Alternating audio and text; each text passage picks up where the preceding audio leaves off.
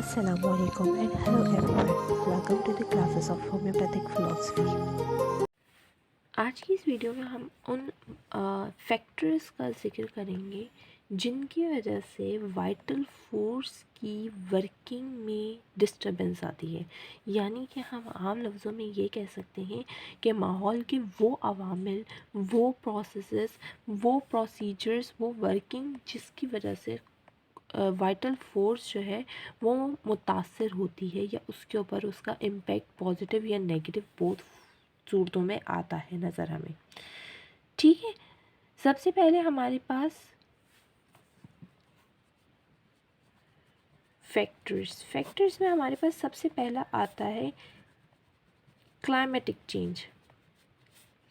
सबसे कॉमन जो हमारे पास फैक्टर देखा जाता है कि हमारे पास जिस वजह से वाइटल फोर्स का वर्किंग प्रोसीजर जो है वो चेंज हो जाता है वो है क्लाइमेटिक चेंज। ठीक है, क्लाइमेटिक चेंज क्या होता है? इंसान के जिस्म में ठंडा और गर्म लगने की सलाहियत मौजूद है। We all know that. ठीक है, human body can detect yes it is cold, yes it is hot, that can easily detect by the human body. इस चेंज को फील करने के लिए वाइटल फोर्स हमारे अंदर मौजूद है। समटाइम इट हैपन्स के बॉडी के अंदर हमारे पास चेंजेस हो रहे हैं क्लाइमेटिकली और हमारी बॉडी उसको ईज़िली अडेप्ट नहीं कर पा रही। ठीक है, यानी कि सर्दी बहुत हद से ज़्यादा हो गई, नहीं अडेप्ट कर पा रही बॉडी, या गर्मी बहुत हद से ज़्यादा हो गई, नहीं अडेप्ट कर पा रही body. At that time climatic change की वजह से हमारी वाइटल फोर्स मुतासर होती है, जिसका असर वो फिर हमारी बॉडी के ऊपर देना शुरू करती है। इसलिए क्योंकि vital force, remember, vital force ने एक चेक एंड बैलेंस बना के रखा हुआ है बॉडी और माइंड के दरमियान। अगर वाइटल फोर्स मुतासर होगी या डिस्टर्ब होगी तो वो माइंड और बॉडी के दरमियान का जो कोऑर्डिनेशन होता है वो टूटता है। वो टूटने की वजह से हमारे पास उसका रिज़ल्ट हमें बॉडी के ऑर्गन्स पे नज़र आ रहा होता है। ठीक है, जैसे कि डिस्टर्बेंस होना शुरू हुई, बुखार होना शुरू हो गया, या डिस्टर्बेंस होनी शुरू हुई, फ्लू होना शुरू हो गया। ठीक है, बॉडी पे वाइटल फोर्स का कंट्रोल लूज़ हो रहा होता है। ठीक है, दूसरा हमारे पास आता है एक factor, emotional change. Emotional change एक बहुत बड़ा फैक्टर माना जाता है वाइटल फोर्स के मुतासर होने में। अब बहुत सारी चीज़ें आती हैं कि क्यों ये चीज़ इतना इम्पोर्टेंस है। इमोशनल चेंज आना जो है वो डायरेक्ट कोऑर्डिनेट करता है ब्रेन से। ठीक है, इंसान के तमाम एहसासात, जो तमाम ख़यालात होते हैं वो तमाम ब्रेन के अंदर मौजूद होते हैं। अब अगर बॉडी के अंदर कोई चेंज आ रहा है तो बॉडी का कंट्रोल लूज़ हो रहा है माइंड से, लेकिन इमोशनल चेंज में बॉडी में चेंज नहीं आ रहा, माइंड में चेंज आ रहा है। माइंड में चेंज आने की वजह से उसका कंट्रोल लूज़ हो रहा है बॉडी के ऊपर से। वाइटल फोर्स का कंट्रोल लूज़ हो रहा है माइंड के ऊपर से। अचानक शॉक की कंडीशन आना, माइंड वहीं रुक गया, नहीं आगे बढ़ पा रहा, या फिर अचानक बहुत ज़्यादा ही कोई खुशी का माहौल आ जाना, इंसान सिर्फ एक ही तरफ सोचे चला जा रहा है। ठीक है, ये वो कंडीशंस होती हैं कि जिसमें ह्यूमन बॉडी में माइंड की जो स्टेट होती है वो एक ही पहलू में फॉरवर्ड होती चली जा रही होती है, जिसकी वजह से हमारे पास ये नज़र आ रहा होता है कि माइंड का कंट्रोल जो है वो बॉडी के साथ कम हो चुका है। ठीक है, वहाँ पे हमारे पास वाइटल फोर्स वीक होना शुरू होती है। ठीक है, नंबर थर्ड हमारे पास आता है एनी डिजीज़ कंडीशन।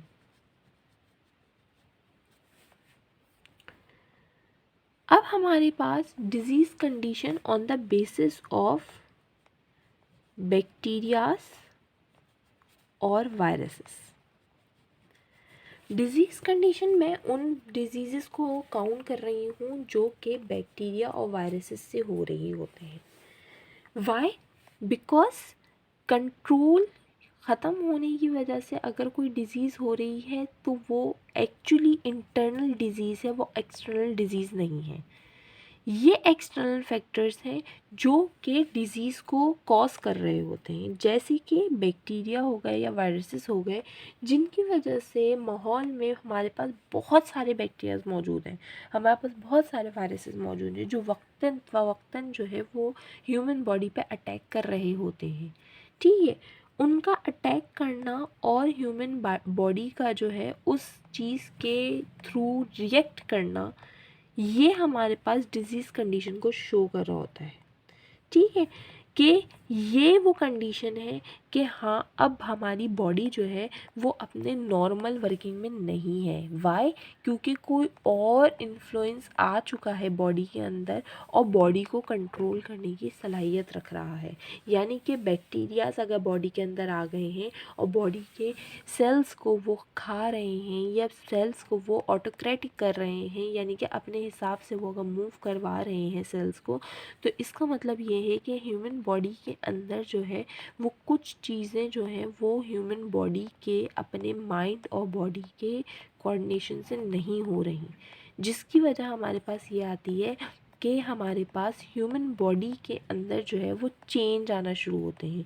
वही बैक्टीरिया जो उन सेल्स को खा रहे हैं या उन सेल्स के अंदर अपना डीएनए ट्रांसफ़र कर रहे हैं, ठीक है, या उनमें चेंज लेकर आ रहे हैं या ओवर ग्रोथ कर रहे हैं, वो वहाँ पे एक डिफॉर्मेलिटी फॉर्म कर रहे हैं।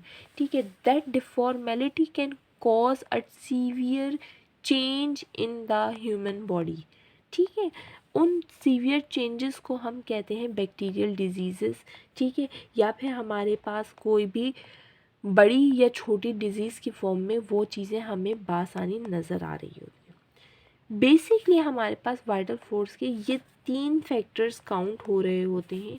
ठीक है, क्लाइमेटिक चेंज जिसकी वजह से हमारी बॉडी का कंट्रोल ख़त्म हो रहा होता है माइंड के ऊपर से, इमोशनल चेंज जिसकी वजह से माइंड का कंट्रोल ख़त्म हो रहा होता है बॉडी के ऊपर से, यहाँ पे मैं इजीली लिखूँ माइंड का बॉडी से कंट्रोल ख़त्म हो रहा होता है।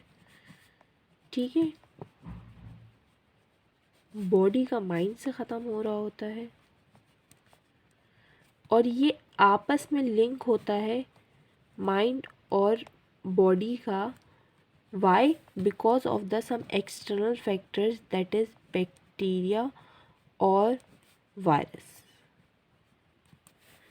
ठीक है, ये हमारे पास बेसिक 3 फैक्टर्स आ जाते हैं जिनकी वजह से वाइटल फोर्स जो है वो अपनी वर्किंग प्रॉपरली नहीं कर पाती। ठीक है, अब हमारे पास बात ये आती है कि ये सारे तो हो गए वो फैक्टर्स के, ठीक है, ओके, ये वाले वो फैक्टर्स हैं कि हाँ, इनकी वजह से हमारी वाइटल फोर्स जो है वो डिस्टर्ब हो रही है। अब इन फैक्टर्स से रिकवर किस तरह किया जाए? इन फैक्टर्स को तो चलें, ठीक है, ये चीज़ें हो रही हैं, हमारी बॉडी में चेंज आ रहा है या हमारी बॉडी में ये चीज़ें नज़र आ रही हैं, लेकिन हमारी बॉडी में चेंजेस क्या आने चाहिए इन फैक्टर्स से रिलेटेड। ठीक है, अब यहाँ पे हमारे पास वाइटल फोर्स के फंक्शन आते हैं 3 कंडीशंस में। पहली कंडीशन है कि वाइटल फोर्स का क्या रोल होता है। रोल ऑफ वाइटल फोर्स हम यहाँ पे लिख सकते हैं, role of vital force in health. Number first आता है हेल्थ की जब कंडीशन है तो हमारे पास वाइटल फोर्स का क्या फंक्शन मौजूद है। हेल्थ की कंडीशन है यानी कि एक इंसान है जो तंदुरुस्त है, जिसके अंदर कोई बॉडी में चेंज नहीं आ रहा, जिसका बॉडी का बैलेंस, बॉडी और माइंड का दोनों का बहुत अच्छा बैलेंस चल रहा है, वर्किंग प्रॉपर चल रही है, कोई चेंज हमारे पास नज़र नहीं आ रहा। उस टाइम पे हमारे पास वाइटल फोर्स का क्या काम है या उस टाइम पे वाइटल फोर्स क्या अपना फंक्शन दे रही है।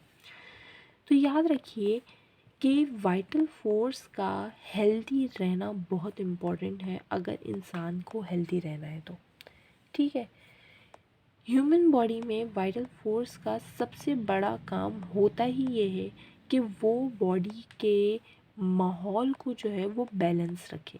ठीक है, वाइटल फोर्स अगर हम हेल्थ की बात करें, हेल्थ का मतलब ये है कि पूरी बॉडी में सारे फंक्शन या सारी वर्किंग जो है वो प्रॉपर वर्किंग में चल रही है, प्रॉपर लेवल में चल रही है।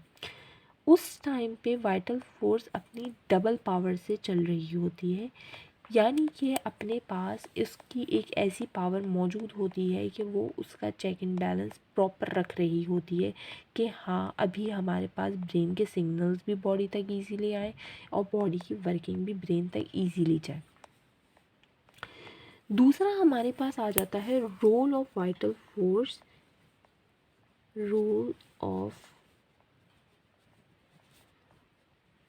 Vital force in disease. जब हम बात करें वाइटल फोर्स के डिजीज़ में होने की, ठीक है, डिजीज़ में होना यानी कि बॉडी पर से वाइटल फोर्स का की पावर जो है वो कम हुई है, यानी कि हमने अभी तक पढ़ा कि वाइटल फोर्स की पावर बॉडी से कम होने से बॉडी डिस्टर्बेंस का शिकार होती है, डिस्टर्बेंस का शिकार होती है तो डिजीज़ एक्ट करती है। ठीक है, यहाँ पे हमारे पास एक बहुत पुरानी एक जिसे हम कहें कि एक प्रैक्टिकल आ जाता है हमारे पास। एक एक डॉक्टर थे, ठीक है, उन्होंने वाइटल फोर्स के ऊपर एक रिसर्च की थी, जिसके बाद उन्होंने इस बात को वाज़ेह किया था कि वाइटल फोर्स अगर स्ट्रॉन्ग है तो वो आराम से बॉडी को क्योर कर सकती है। ठीक है, और अगर वाइटल फोर्स स्ट्रॉन्ग नहीं है, ठीक है, तो वो बॉडी को क्योर करने में टाइम लेगी। वाइटल फोर्स के स्ट्रॉन्ग होने का क्या मतलब है, हम कहते हैं ना आपकी इम्यूनिटी वीक है, आपकी इम्यूनिटी स्ट्रॉन्ग है। एलोपैथिक में इम्यूनिटी वर्ड जो है ना वो वाइटल फोर्स को रिजेंबल करता है। ठीक है, हम कहते हैं वाइटल फोर्स स्ट्रॉन्ग है। वाइटल फोर्स स्ट्रॉन्ग होने का मतलब कि वो हेल्दी इन्वायरमेंट में ज़्यादा अच्छा काम कर रही है या हेल्दी इन्वायरमेंट में वो वर्किंग प्रॉपर कर रही है। अगर हेल्दी इन्वायरमेंट में वर्किंग प्रॉपर कर रही होगी तो डिज़ीज़ में जाने के चांसेस कम हैं। अगर डिज़ीज़ में जाने के चांसेस कम हैं तो डिज़ीज़ होने के चांसेस भी हमारे पास नेगेटिव में चले जाएंगे। बट इन केस अगर उस भी कंडीशन में डिज़ीज़ असरअंदाज कर जाती है तो वाइटल फोर्स हमारे पास वीक हो जाती है। उसके बाद वाइटल फोर्स का रिकवरी फेज़ आता है।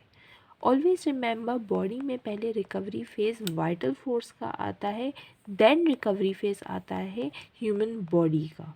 ठीक है, तो role of vital force in disease is double much powerful than in the health condition. ठीक है, ये दो रूल इम्पॉर्टेंट वाइटल फोर्स के थे जो हेल्थ और डिजीज़ के थे, वो मैंने क्लियर कर दिए हैं। आई होप फैक्टर्स भी आप लोगों को क्लियर हो चुके होंगे। Thank you for watching. Don't forget to like, share, and subscribe to my channel.